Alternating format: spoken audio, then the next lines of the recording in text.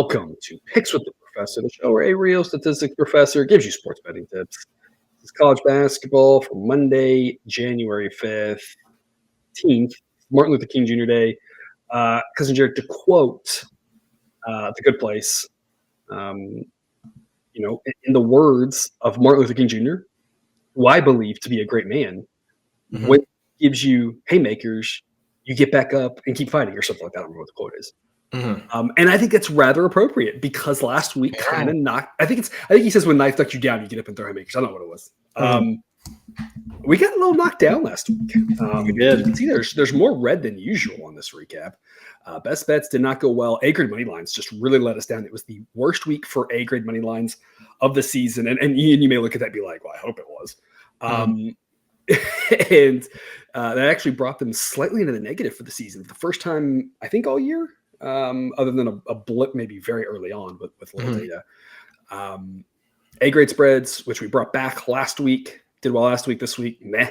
Totals did still okay. I mean, at least they were positive. Yep. Barely. The free show picks were basically break even. Because we just got to get back up and keep fighting on, I guess, right? Yeah. I mean, it's a little bit humorous that we come on here and talk about one bad week.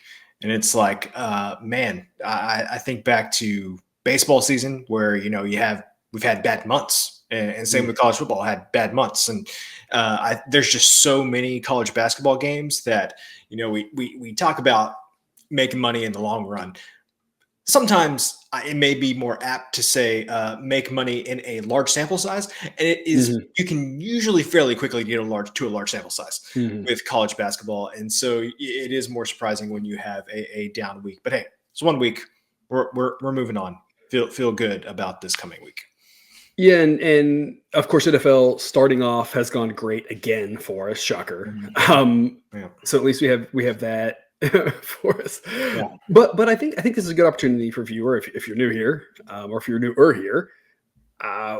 We come on here and we do a weekly recap for all the sports, and you get all the records are available on the website www.pickswiththeprofessor.com. It's there on the screen. At the bottom of the screen, you can see all the records, and there's a lot of positives and a lot of winning. And I think it's sometimes okay that we have some losses because it's like, hey, it's possible. It happened last week. It wasn't fun. A lot of people, signed up for the free trial and came on the best bets and are disappointed. And I'm disappointed as well.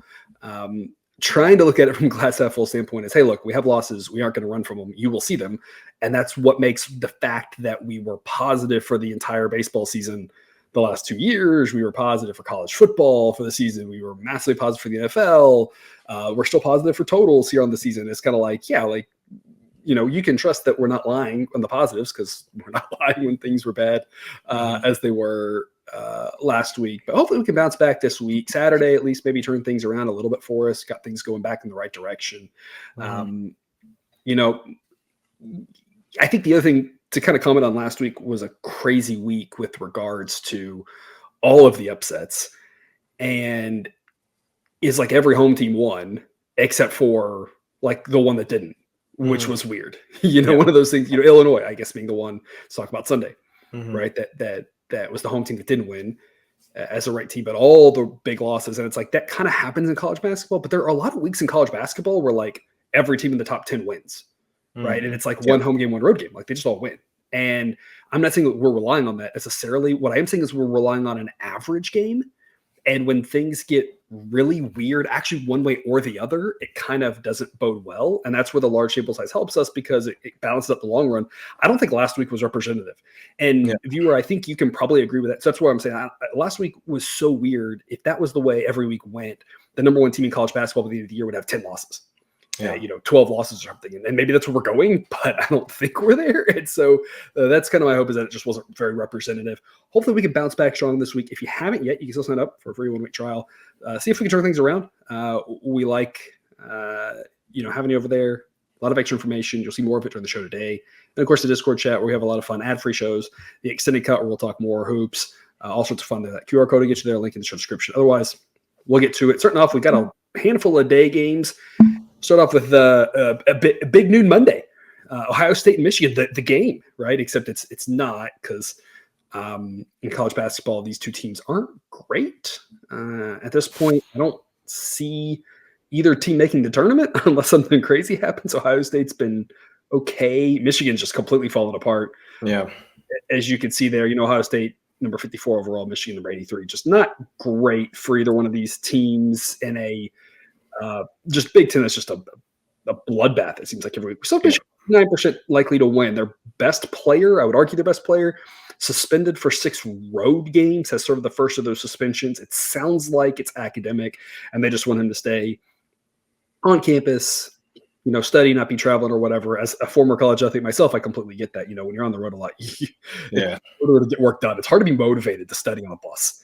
Yeah. Like Well, their travel situation may be a little bit different than your travel situation was. Just gonna guess. Fair, but I imagine it's just a difficult on the but the same thing. Like, who wants to study on a plane after you just played a game, before you played a game, whatever it might be. Exactly.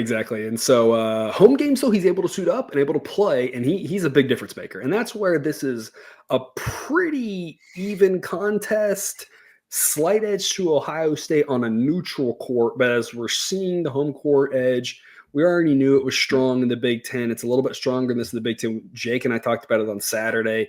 That's where we think Michigan is the classic wrong team favorite. We're going to take them at plus 105. Because, Jared, I think the biggest thing with this game, because I don't know what's going to happen at all. And I think, if you're fooling yourself if you think you know what's going to happen either. It goes back to what we're always talking about. It's viewing this in terms of probability. What is the probability either one of these teams wins? And that determines what you think a good pick is. The model thinks that it's more likely that Michigan wins than not. And that's what makes plus 105 a good pick. If you think that Ohio State's more likely to win than not, you just have to be careful as to what minus odds you're going to play. And that's where the model kind of helps guide us, is to say, where should we play or where should we not play? And in this case, I'd love to get Ohio State at big plus odds, but that's not what we have. We have Ohio State as the road favorite, which is a scary thing in the Big Ten.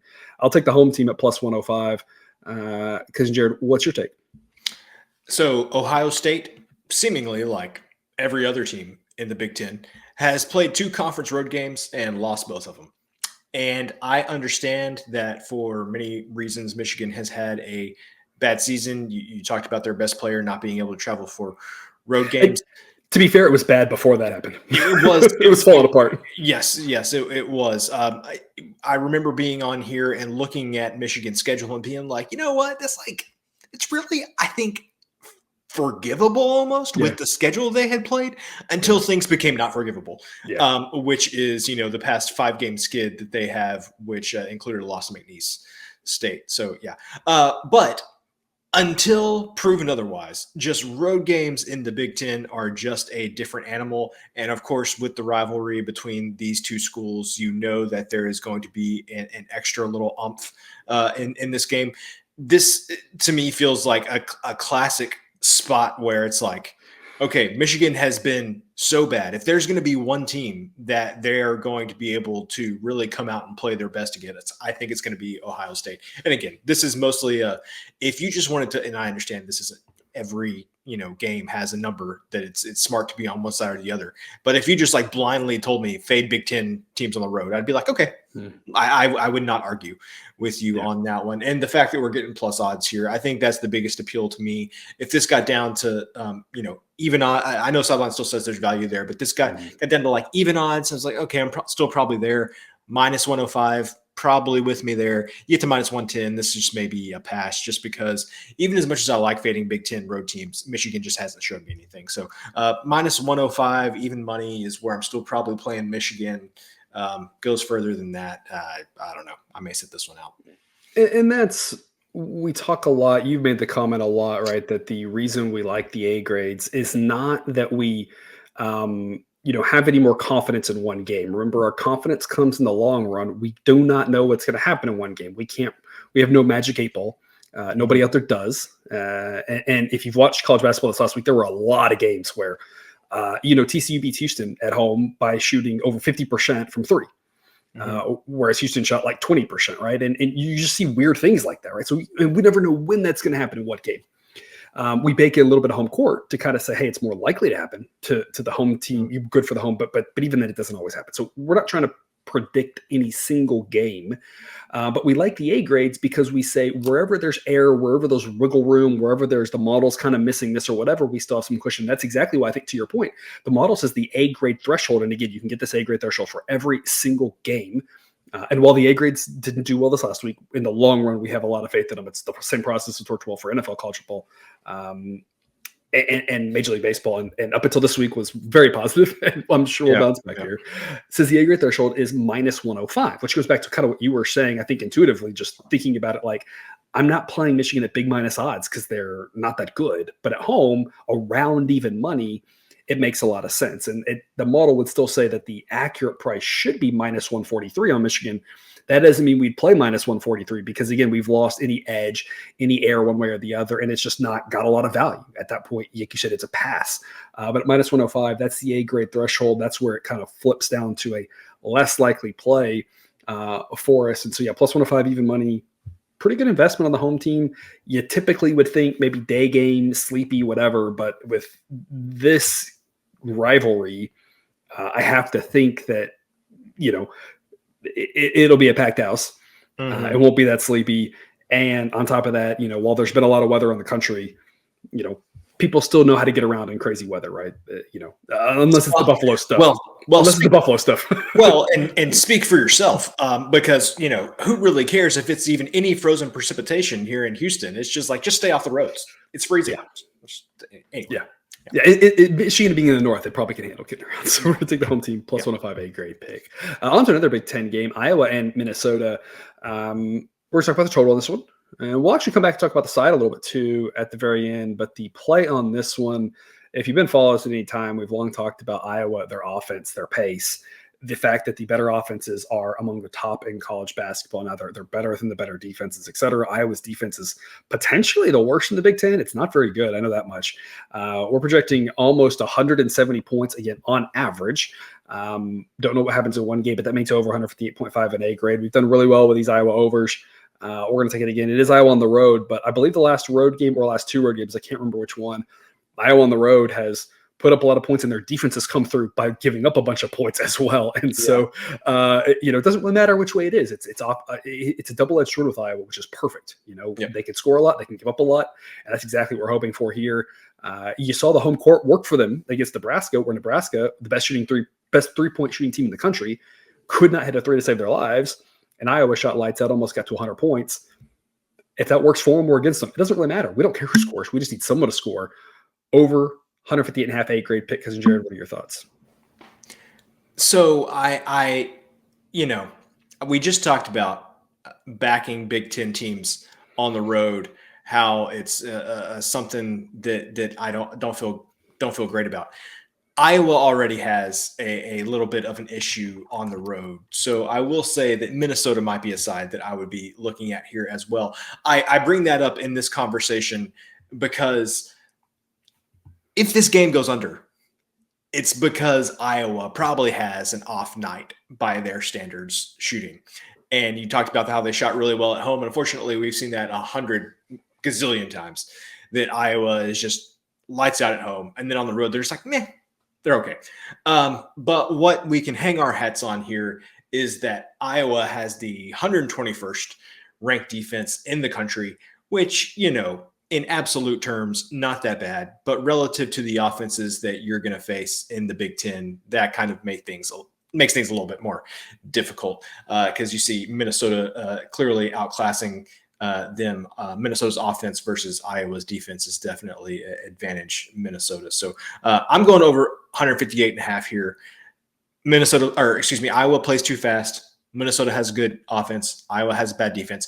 If like 80% of Iowa at home shows up on the road, this easily goes over.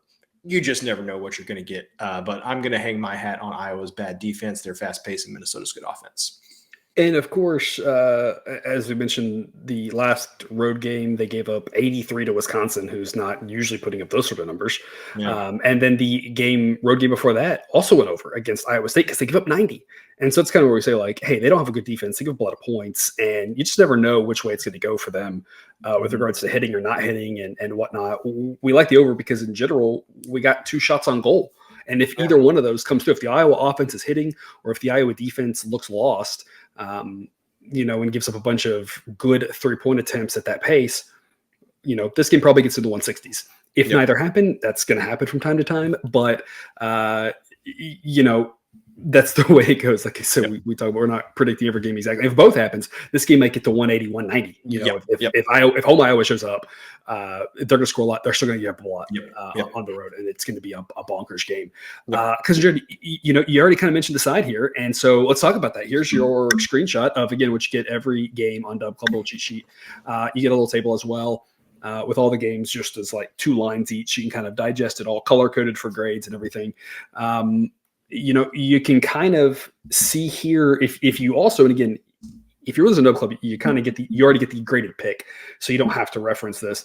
But Minnesota right now is around even money. And you can see on the screen the A grade pick for Minnesota is plus 101. So in reality, even money or better would be an A grade pick on Minnesota. Minnesota's the weaker team, but at home, we talk about the home edge. This is a game where the model thinks that Minnesota should be favored by 2.4 points, but the spread is kind of treating these teams like it's a toss-up game. You already kind of mentioned you'd be leaning Minnesota. Do you have anything else to add to that? Nope. This is just like 2 things that I have, Iowa, like fading Iowa on the road has just been something that we've been doing for a year and a half now. So that's nothing new. It has just been amplified by what we've seen in the Big Ten this season. And so this is just like a combination of 2 things that I like to capitalize on just coming together. I like Minnesota. A, B grade, whatever, doesn't matter. It does matter. I'm not going to bet them no matter what. But within the realm of what's reasonable, I like Minnesota. All right. Again, you can sign up for a free trial on the club, link in the show description, if you're interested, and see how you like it. Otherwise, we'll wrap up the free picks show. Again, 3 more picks from the extended cut with Lamar and McNeese State. According to Southern, the 7th best game of the day. Should be interesting. Why do we think it'll be interesting? Because we're expecting a lot of points. We're going to go over 148. It's an A grade pick. Model thinks 153.5. And you have a McNeese State team that does not play fast, but plays pretty efficiently on offense. And really, this is all about Lamar, who plays good offense relative for the standards of the conference, has no defense. They're going to give up points to McNeese, and they want to play fast. Lamar is going to, you'd think, really push the tempo here. They have to make McNeese uncomfortable.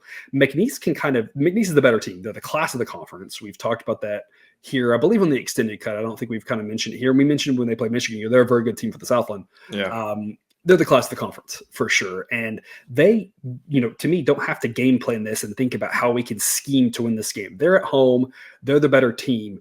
Lamar, on the other hand, is the one who's got to try to figure out what to do. Well, I have to imagine that means putting the pedal to the metal and really trying to make a McNeese team that wants to slow you down. You want to speed them up when you get buckets in transition, because McNeese State probably has the best defense in the Southland as well, a conference notorious for no defense. Maybe A&M Corpus Christi is up there, but there's just not a lot of great defenses there. And so we think there's going to be a lot of points in this, and McNeese State can put them up with anybody with their offensive efficiency. Because Joe, tell us more. Lamar has scored at least 70 points in every game this season against I don't really know if this is a basketball term. It's college football term. I'm going to use it. Against non-Power 5 opponents, Lamar has scored at least 70 points in every game. I think Lamar scores 70 points in this game. I think McNeese scores 80. That's about it. That's simple. Yep. It's that simple. I think Lamar they just have a floor based on their offense and the pace they play at. They have a floor of about 70 points a game. You see that also, McNeese is going to be assisted by that 310th ranked defense for Lamar. And of course, you talked about McNeese, being the class of the Southland and playing this game at home. I don't think they're going to have any issues putting up points. So, but for me, this is just about the floor for Lamar. They have just found a way to score points in every single game this season. And the model kind of agrees with you, would say the kind of average outcome might be like an 82-72 type game. Again, the probability that it lands on that is like 1% because there's a lot of, I'm not trying to say I think that's what's going to happen. It's just kind of the average of all the different outcomes. There's a lot of them, of course. And so over A grade pick in that one. Here's your recap. And again, if you want to join us for the extended cut, all of the A grade picks as well as the best bets, those are the 3 other best bets, along with the play of the day. Right now we have 7 picks for your MLK Day Monday. Dub Club is the place to be. Otherwise, Jared, any parting words? MLK Day, like one of the few days of the year where it's like, man, lots of basketball. Like there'll be lots of NBA games, a lot of college basketball games. It'll be a good day. Cold weather across the country. Just everybody stay at home and watch basketball all day. Yeah, mostly cold weather everywhere. It does seem like a good day to sit back and watch basketball. Yep. Otherwise, again, a little outro video, some friendly reminders of how we operate around these parts, with a little music in the background. And hopefully, again, if you're with us on Dub Club, we'll see you on the other side of the clip.